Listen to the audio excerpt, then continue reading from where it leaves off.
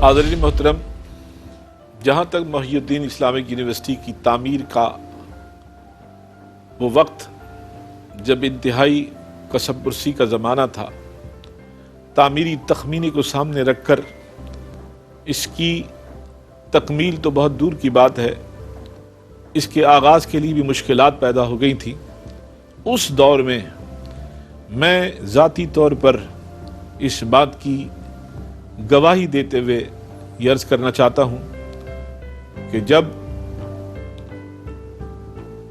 لاکھوں کی بات تو دور کی ہے، ہزاروں کا بجٹ سامنے نہیں تھا اور جو تعمیری منصوبہ تھا وہ کروڑوں کی بات کر رہا تھا، اس وقت جن لوگوں نے سب سے زیادہ آگے بڑھ کر حضور شیخ العالم کو حوصلہ بخشا اور مالی معاونت فرمائی اور قدم سے قدم ملا کر ہر موقع پر پیر صاحب کا وہ دست بازو بن کر خدمت کرتے رہے، ان میں سر فہرست ARY نیٹ ورک کے روح رواں حاجی عبدالرزاق صاحب علیہ رحمہ، ان کے برادر اصغر حاجی محمد اقبال صاحب، ان کے صاحبزادے سلمان اقبال صاحب، یہ تمام حضرات ان خدمات میں پیش رہے، اور بالخصوص چیئرمین QTV جناب حاجی عبدالرؤوف صاحب، ان سے تو قبلہ صاحب رحمۃ اللہ علیہ کے تعلق کا کیا کہنا، اس قدر وہ اپنے ارادوں میں، خیالات میں، پروگراموں میں انہیں شریک فرماتے کہ کوئی مسئلہ درپیش ہوتا تو وہ حاجی عبدالرؤوف صاحب کو یاد کرتے، انہیں دربار شریف بلا لیتے یا خود کراچی تشریف لاتے تو ایک نشست ایسی ہوتی جس میں صرف حاجی صاحب اور قبلہ صاحب تشریف فرما ہوتے اور وہ اہم معاملات پر گفت و شنید ہوتی۔ اس کے بعد تراڑکھل میں ہسپتال اور میرپور آزاد کشمیر میں پہلا میڈیکل کالج تعمیر کروایا۔ اس کے علاوہ مدارس، مساجد، اسکولز اور کالجز کی تعداد دیکھ کر انسان یہی کہتا ہے کہ قبلہ پیر صاحب کے ارادے ہی ان کے ادارے ہیں۔ ایک مثال قائم فرمائی کہ آج کے دور میں ایک خانقاہی نظام سے تعلق رکھنے والا، ایک ایجوکیشنلی یعنی بظاہر دینی علوم سے تعلق رکھنے والا دنیاوی علوم میں کس طریقے سے ماہر ہے اور لوگوں کو کیسے ایکسپرٹ بنا رہا ہے، میڈیکل کالج، یونیورسٹیز اس بات کا بین ثبوت ہے، اور مثال قائم کی کہ جو علماء ہیں، مشائخ ہیں، وہ بھی اس کام میں، اس میدان عمل میں آ سکتے ہیں۔ مجدد الفسانی رضی اللہ عنہ کا ایک قول مجھے بہت خوبصورت یاد آیا۔ آپ ارشاد فرماتے ہیں کہ جس عدالت میں موجود تمام وکلاء اس مجرم کی حمایت میں کھڑے ہو جائیں تو جج اس کو قصوروار سمجھتے ہوئے سب وکیلوں کے اتفاق اور اتحاد کی عزت کرتے ہوئے اس مجرم کو بری کر دیتا۔ تو وہ فرماتے ہیں کہ جب قیامت میں جاؤ گے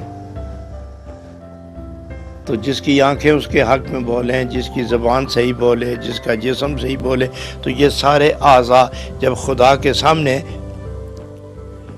اس کے ساتھ جب محبت کے وقت گزاریں، وہ جب بیان کریں گے تو جب سارا وجود حق اور نیکی کی گواہی دے گا تو رب العالمین اس سے سرزد جتنے گناہ ہیں ان سے صرف نظر کر کے فرمائے گا کہ یہ سارے وکلا تیرے حق میں، اس لیے ہم تمہیں بھیج رہے ہیں۔ حضرات یہ جو کیمیا گر ہوتے ہیں نا، ان کے پاس ایک نسخہ آ جاتا ہے، یہ تانبے کو پگھلا کر اس میں ایک ذرہ ڈالتے ہیں اس اصل جوہر کا، تو وہ سب سونا بن جاتا ہے۔ یہ ان کو کہتے ہیں کیمیا گر۔ تو فرماتے ہیں کہ تیری یہ جو خاک، یہ جسم ہے نا، یہ سارا تانبا ہی بنا ہوا ہے، تانبا۔ اب اس کو وہ عشق میں پگھلا کر نور نبوت کی یہ کرن ڈالیں گے تو یہ خالص طلا بن جائے گا۔ وہ کیمیا گر لوگ ہیں۔ سجدہ تو تیرے پاس پہلے بھی ہے مگر ذوق سجدہ نہیں ہے۔ عبادت تو تیرے پاس پہلے بھی ہے مگر لذت عبادت نہیں ہے. جب تم کیمیا گر کے پاس جاؤ گے تو وہ سجدے کی ادا بھی بتائے گا، سجدے کی ادا بھی بتائے گا اور لذت کی تاثیر بھی بتائے گا. حضرت پیر محمد علاء الدین صدیقی اپنی ذات میں ایک انجمن تھے. انہوں نے جو روحانیت کی خدمت کی، جو مخلوق خدا کے رفاعی کاموں میں کارہائے نمایاں سر انجام دیے، ان کا احاطہ ممکن نہیں ہے. اپنی کم و بیش 78 سالہ زندگی ان کی جہد مسلسل سے عبارت ہے. انہوں نے اپنی زندگی کا کوئی لمحہ ضائع نہیں کیا ہے. پاکستان ہو، آزاد کشمیر ہو، برطانیہ ہو، اور پھر اب عمر کے آخری حصے میں تو ان کا سلسلہ احباب اور سلسلہ طریقت پورے یورپ اور افریقہ میں پھیلا ہوا تھا. حضرت پیر صاحب نے علم کے میدان میں محی الدین جیسی اسلامک یونیورسٹی نیریے شریف کی فلک بوس پہاڑیوں پر قائم کر کے اپنی عزت و عظمت کو 4 چاند لگا دیے. میڈیکل کالج رہتی دنیا تک ان کے نام کو زندہ و تابندہ رکھے گا. اور الحمدللہ کہ وابستگان نیریے شریف یا جو بھی حضرت پیر علاء الدین صدیقی رحمۃ اللہ تعالی علیہ سے محبت کرنے والے ہیں، وہ دنیا کے جس کونے میں بھی لا الہ الا اللہ کی گونج سنیں گے، ورد سنیں گے، ایک خاص انداز سے ذکر اللہ کو سماعت کریں گے تو ان کا دل، ان کی گردن، ان کا سر عقیدت اور محبت سے حضرت پیر صاحب کے سامنے جھک جائے گا. اللہ رب العالمین ان کے مزار پرانوار پر اپنی رحمتوں اور برکتوں کی برسات فرمائے، اور ان کے صاحبزادگان، ہر 2 صاحبزادگان کو اللہ رب العالمین یہ توفیق مرحمت فرمائے کہ وہ ان کے کام کو جاری و ساری رکھ سکیں. وما علینا الا البلاغ. آپ اکثر دل کی صفائی، باطن کی طہارت پر گفتگو فرماتے اور اس حقیقت کو آشکار کرتے کہ عشق الہی کی حلاوت وہی پا سکتا ہے جس کا باطن پاک ہو.